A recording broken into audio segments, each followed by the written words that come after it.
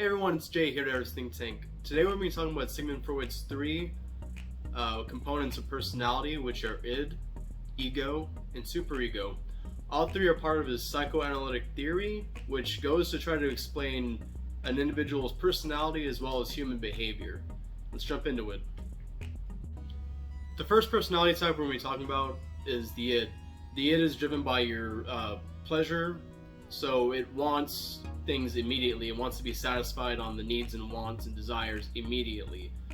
This is the only part of your personality that's there at birth, because Freud suggests that babies cry when they're hungry, when they want love, whenever else, and they expect their needs to be met immediately for their own survival.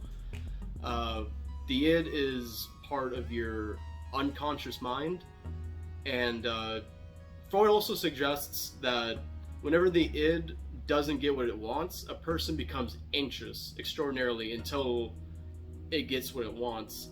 For example, if you're sitting in a classroom and your professor doesn't allow you to have food or drinks, you might be sitting there, man, I'm thirsty, and the longer you go without satisfying that need, the more anxious you're going to feel, according to Freud.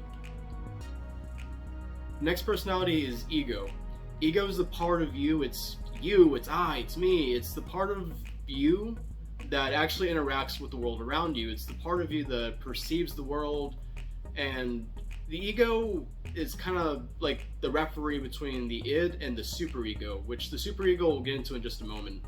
The ego tries to give the id, or your basic instincts, your desires, what it wants in a socially acceptable manner. And it's also part of your conscience, it's part of your preconscious, and it's part of your unconscious as well. And the last personality is your superego. Your superego starts to develop around the age of 5. It's the morals that your parents have installed in you as well as society. It's an individual sense of right and wrong. It also exists in the same space as the ego, in the conscience, the preconscious, and the unconscious. But there's actually two parts to the superego. The first part of the superego is the conscience, which is all the information that your brain has on what your parents and society has deemed as bad behavior. And the second part is the ideal ego, which is what the ego aspires to be based on the rules and everything else that a person's collected on right and wrong over time.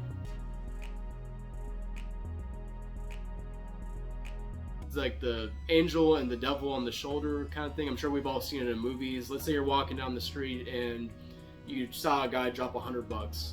The devil on your shoulder, or the id, is like, oh no, screw that guy, every man for himself, take the money, get some beer, get some food, pay a bill, something fun. And then the superego, or the angel, is going to be on the other shoulder, no, your parents taught you better, society deems that that's not right either. And then the ego, or you in the middle, trying to listen to both of them, is a fun way to remember all of that stuff. There's also the Iceberg Illustration that Freud first depicted when he came up with psychoanalytics, which is, the iceberg sticks out from the water, but the part of the iceberg you're seeing isn't the whole iceberg, there's more underneath. Now, Freud also brought up the point that an individual's way of balancing all three personalities the right way can actually depict how that person turns out.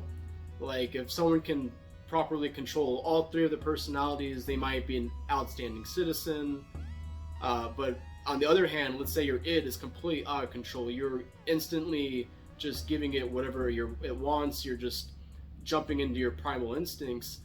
Freud suggests this person will be unadjusted. That person might be a criminal because they surrender to their wants and needs immediately. Hey everyone, I really hope you liked that video and I hope it was educational. If you liked the video, please don't forget to like and subscribe. It helps us grow and so we can make more videos like this. We do have other videos on our channel pertaining to psychology.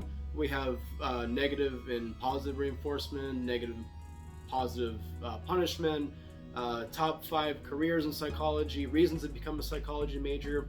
We also have more applied stuff like psychological tips to increasing employee productivity,